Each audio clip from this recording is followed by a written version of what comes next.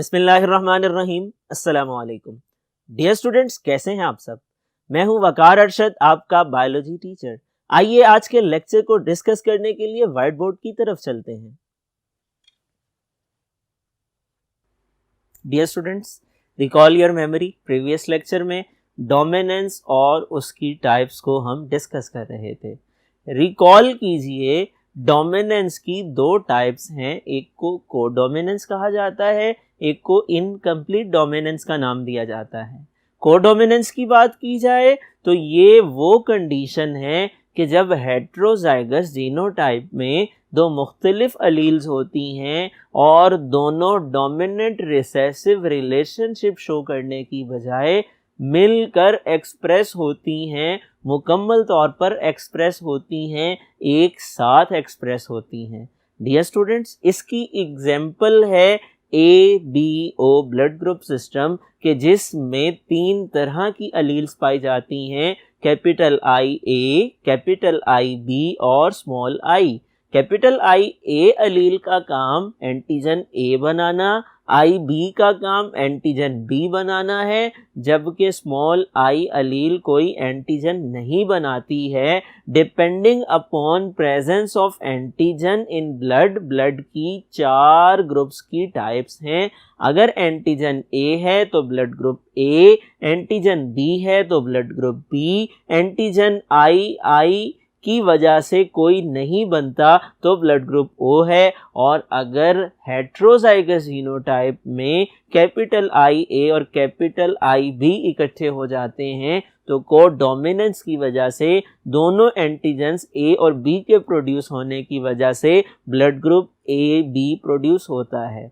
Dear students, दूसरी example incomplete dominance की है कि जिसके अंदर कोई भी अलील हेट्रोजाइगस जीनोटाइप के अंदर मुकम्मल तौर पर एक्सप्रेस नहीं होती है, बल्कि ब्लेंड के तौर पर, मिक्सचर के तौर पर वो मिलकर एक्सप्रेस होती हैं, जिसमें किसी भी अलील का एक्सप्रेशन कंप्लीट नहीं होता। नया बनने वाला जानदार जो फिनोटाइप लेकर के आता है वो मेल और फीमेल पेरेंट से टोटली डिफरेंट होती है। डियर स्टूडेंट्स, इसकी एग्जाम्पल 4 o'clock फ्लावर है कि जिसमें तीन रंगों वाले फूल प्रोड्यूस हो सकते हैं। Capital R gene red colour produce करती है, small r gene white colour produce करती है। और अगर हेट्रोजाइगस कंडीशन में कैपिटल R स्मॉल r इकट्ठी हो जाएं तो रेड और वाइट के बरअक्स पिंक कलर डेवलप होता है 4 o'clock फ्लावर में, जो कि एग्जाम्पल है इनकम्प्लीट डोमिनेंस की। डियर स्टूडेंट्स, नेक्स्ट टॉपिक है वेरिएशन और उसके सोर्सेज और टाइप्स। वेरिएशन किसको कहा जाता है? क्या ऐसा है आपको कोई हादसा पेश आया, खुदा न खास्ता किसी भी इंसान को पेश आने वाला हादसा उसके जिस्म में कोई भी तब्दीली पैदा कर सकता है, क्या उसको वेरिएशन कहा जाता है? डियर स्टूडेंट्स, बायोलॉजी की टर्म में, जेनेटिक्स की टर्म में वेरिएशन का मतलब ऐसी तब्दीली नहीं होती, बल्कि वेरिएशन का मतलब वो तब्दीली है जो कि इनहेरिटेबल है, जो अगली नस्ल को भी मुंतकिल होती है, इनहेरिटेंस के ज़रिए से ट्रांसफ़र होती है। अगर आपको वेरिएशन के बारे में शॉर्ट क्वेश्चन की फॉर्म में डेफिनेशन पूछ ली जाए तो इसका जवाब आप यूँ लिख सकते हैं, a characteristic in an individual, किसी जानदार की एक खासियत that differ from the typical characteristics of other individuals of same species, जो मुख्तलिफ बनाती है उस जानदार को किसी दूसरे जानदार की टिपिकल कैरेक्टरिस्टिक से, और वो आपस में एक ही स्पीशीज से बिलोंग करते हैं। यानी शर्त ये है कि एक ही स्पीशीज़ के दो मुख्तलिफ जानदार के जिनमें ख़ास किस्म की मुनफरिद खसूसियात हों जो उन्हें एक दूसरे से अलग करती हों और वो इनहेरिटेबल हों, ऐसी मुख्तलिफ खसूसियात को, इनहेरिटेबल तब्दीलियों को वेरिएशंस कहा जाता है। डियर स्टूडेंट्स, वेरिएशन के ज़राए क्या हैं, वेरिएशन कैसे प्रोड्यूस होती हैं, वो सोर्सेज आइए डिस्कस करते हैं। वो 5 सोर्सेज हैं। जेनेटिक रिकम्बिनेशन है, म्यूटेशन है, combination of sperm with egg है, जीन फ्लो है और क्रोमोसोम्स का कॉम्बिनेशन है। डियर स्टूडेंट्स, इन सब की तफसीलात को वन बाय वन करके आइए डिस्कस करते हैं। डियर स्टूडेंट्स, देखिए फर्दर वन बाय वन करके हम डिस्कस कर रहे हैं। Number 1, genetic recombination. Recall your memory, 9th class, chapter number 5, the topic was about meiosis और meiosis की meiosis 1 में प्रोफेज 1 में हमने डिस्कस किया था कि होमोलोगस क्रोमोसोम्स की पेयरिंग को साइनेप्सिस कहा जाता है और जिन पॉइंट्स पर वो अटैच होते हैं, पॉइंट्स ऑफ अटैचमेंट को क्याज़मेटा कहा जाता है और होमोलोगस क्रोमोसोम्स के नॉन सिस्टर क्रोमेटिड्स अपने सेगमेंट्स आपस में एक्सचेंज करते हैं। ये अमल क्रॉसिंग ओवर कहलाता है। डियर स्टूडेंट्स, क्रॉसिंग ओवर की वजह से जेनेटिक रिकम्बिनेशंस आती हैं और एक ही स्पीशीज के मुख्तलिफ जानदारों में मुख्तलिफ खसूसियात पैदा होती हैं जो इनहेरिटेबल होती हैं और अगली नस्ल में भी मुंतकिल होती हैं। तो आपसे अगर शॉर्ट क्वेश्चन पूछ लिया जाए जेनेटिक रिकम्बिनेशन से क्या मुराद है, आप यूँ लिख सकते हैं। दूसरी चीज, दूसरा सोर्स है जेनेटिक रिकम्बिनेशन के बाद म्यूटेशन।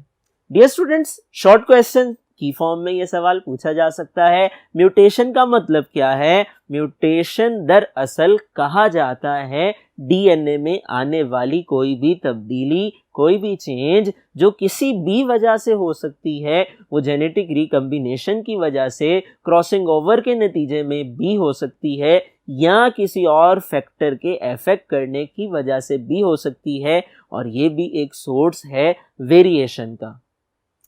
नेक्स्ट है sperms and egg combination. Dear students, ये बड़ी इंटरेस्टिंग हकीकत है कि अल्लाह ताला ने जो इंसान और दूसरे जानदार बनाए हैं, इनमें मेल और फीमेल गैमीट्स पाए जाते हैं जिन्हें स्पर्म्स और एग्स कहा जाता है। डियर स्टूडेंट्स, एक एग के साथ मिलने के लिए मिलियंस ऑफ स्पर्म्स में कंपटीशन होता है, मुकाबला होता है और उन मिलियंस ऑफ स्पर्म्स में से कोई एक स्पर्म एग के साथ मिलने में कामयाब होता है। यहाँ पर भी इनहेरिटेबल वेरिएशन के चांसेस डेवलप होते हैं। यहाँ पर एक इंटरेस्टिंग इंफॉर्मेशन आपसे शेयर करता चलूं। In humans, possible combinations of chromosomes are 70368,744। लगभग फर्टिलाइजेशन के नतीजे में जहां पॉसिबिलिटी है मिलियंस ऑफ स्पर्म्स में से किसी एक स्पर्म ने एग के साथ मिलना है, इंसानों में कमोबेश 70 ट्रिलियन पॉसिबल जेनेटिक कॉम्बिनेशन रखने वाले नए इंडिविजुअल प्रोड्यूस होने के चांसेस होते हैं। और ये एक इंटरेस्टिंग इंफॉर्मेशन है, यकीनन आप लोगों के लिए दिलचस्पी से भरपूर है कि इंसान इस काबिल हैं कि उनमें 70 ट्रिलियन मुख्तलिफ किस्म की पॉसिबिलिटीज होती हैं नई नस्ल के जेनेटिक कॉम्बिनेशन डेवलप करने की, जिनमें से कोई एक सेलेक्ट की जाती है बाय नेचर, कुदरती तौर पर। डियर स्टूडेंट्स, नेक्स्ट सोर्स क्या है? Gene flow, movement of gene from one population to another. Genes का एक पॉपुलेशन से किसी दूसरी पॉपुलेशन को ट्रांसफर हो जाना, ये भी एक अहम सोर्स है वेरिएशन का, जो कि इनहेरिटेबल होती हैं और अगली नस्लों को मुंतकिल होती हैं। नेक्स्ट क्या है? नेक्स्ट है chromosomes combination, different combination of chromosomes in gametes and zygote formation. ये भी एक वजह बन सकती है, जैसा कि हमने इंटरेस्टिंग इंफॉर्मेशन में डिस्कस किया, वेरिएशन की। डियर स्टूडेंट्स, नेक्स्ट क्वेश्चन जो जहन में आता है, अगला सवाल जो फौरन आपके दिमाग में पैदा होता है, वो ये है कि इन वेरिएशन के सोर्सेस के बाद इनकी कितनी इकसाम है। तो आइए इकसाम को भी डिस्कस कर लेते हैं। टाइप्स ऑफ वेरिएशंस की बात की जाए, वेरिएशंस की दो टाइप्स हैं, एक को कंटिन्यूअस वेरिएशन कहा जाता है, एक को डिसकंटिन्यूअस वेरिएशन का नाम दिया जाता है। डियर स्टूडेंट्स, इन दोनों में क्या डिफरेंस है, इन दोनों की क्या एग्जांपल्स हैं, आइए डिस्कस करते हैं। डियर स्टूडेंट्स, वो दो टाइप्स एक एक करके अब हम समझने वाले हैं। देखिए, सबसे पहले डिसकंटिन्यूअस वेरिएशन की बात है।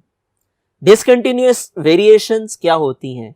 आपको शॉर्ट क्वेश्चन पूछा जा सकता है, इंपॉर्टेंट क्वेश्चन है, इसका जवाब अगर शॉर्ट क्वेश्चन के तौर पर आपसे पूछा जाए तो यू लिख सकते हैं, दीज आर द वेरिएशंस, ये वो वेरिएशंस हैं डेट शो डिस्टिंक्ट फिनोटाइप, जिनकी वजह से पैदा होने वाली ट्रेड्स नुमाया होती हैं, डिस्टिंक्ट होती हैं, which cannot be measured and controlled by allele of a single gene pair, इनको मैयर भी नहीं किया जा सकता और इनको कंट्रोल करने वाली अलील सिंगल जीन पेयर से ताल्लुक रखती हैं। और डियर स्टूडेंट्स, एनवायरनमेंट भी इन पे किसी हद तक असर अंदाज होता है और इसकी एग्जाम्पल है ABO blood group system. Dear students, देखिए, एनालाइज कीजिए, थोड़ा सा गौर व फिक्र कीजिए।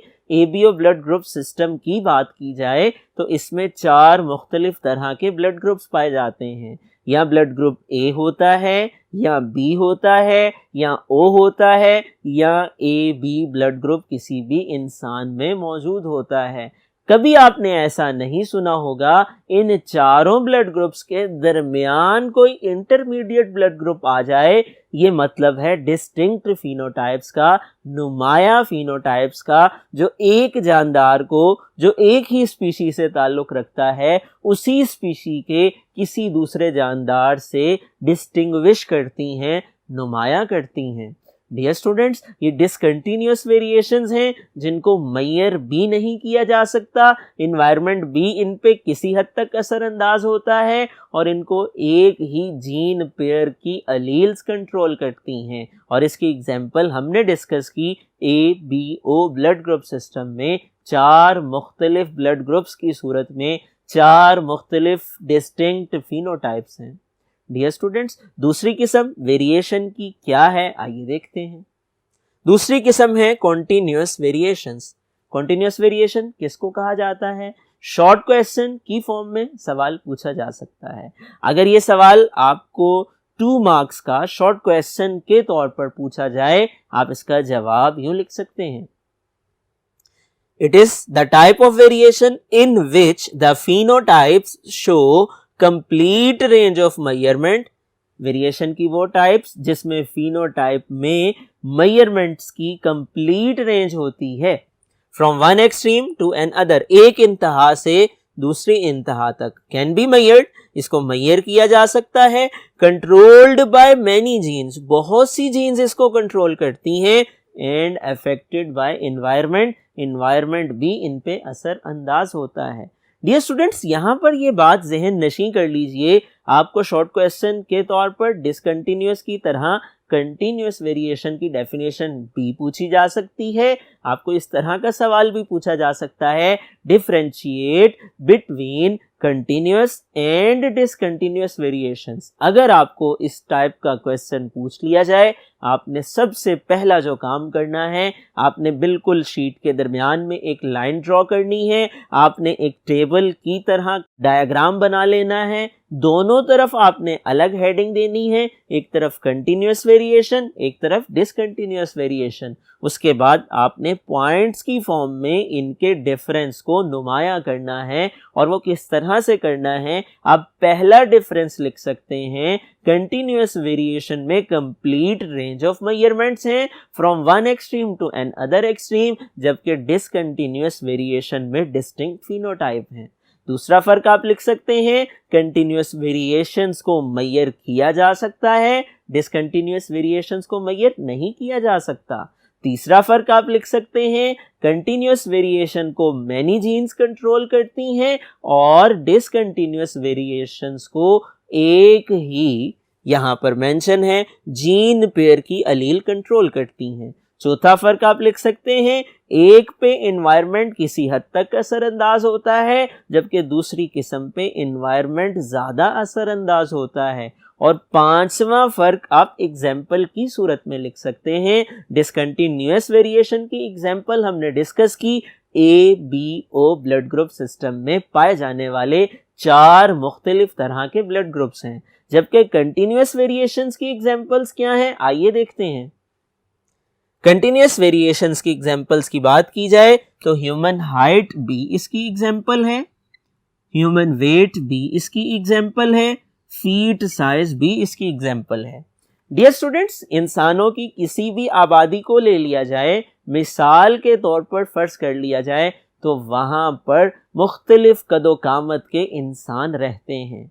ऐसा नहीं है कि फिक्स वेट वाले, फिक्स हाइट वाले और फिक्स फीट साइज वाले इंसानों की आबादी कहीं पर मौजूद हो। आप ये चीज़ ऑब्जर्व करेंगे, किसी भी इंसानी आबादी में हाइट की रेंज मुख्तलिफ होती है, एक इंतहा से दूसरी इंतहा तक, कम अज कम से लेकर ज़्यादा से ज़्यादा तक। वो 4, 5, 6, 7 हो सकती है, इसके दरमियान भी हो सकती है, 4.1, 2, 3, 4, 5, इसी तरह 5.1, 2, 3, 4, 5 के हिसाब से वो वेट की तरह से हाइट किसी इंसानी आबादी में मुख्तलिफ इंसानों की पाई जा सकती है।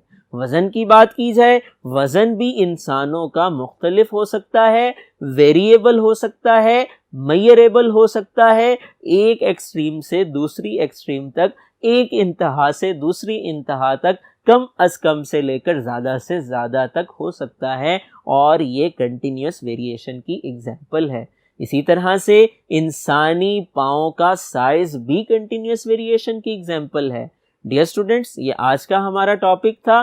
फुल फ्लेज लॉन्ग क्वेश्चन भी बन सकता है, सवाल पूछा जा सकता है, define variation, describe it's sources and types.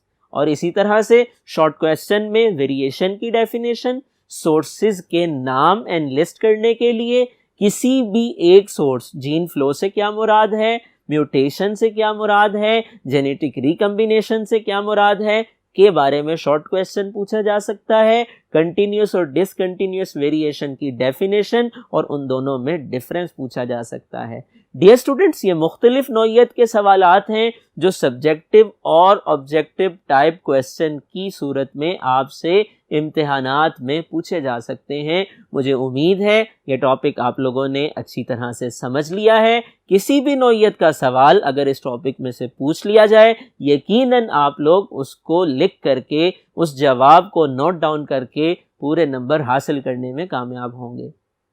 Dear students, teachers की इंस्ट्रक्शंस इंपॉर्टेंट होती हैं, इन्हें फॉलो किया करें ताकि इम्तिहानात में कामयाबी आपका मुकद्दर बने। मुझे उम्मीद है आप इन तमाम इंस्ट्रक्शंस को फॉलो करेंगे और अच्छे नंबर हासिल करने में कामयाब होंगे। डियर स्टूडेंट्स, अगले लेक्चर तक अपना ख्याल रखिएगा। अपने टीचर को इजाज़त दीजिए। अल्लाह हाफिज़।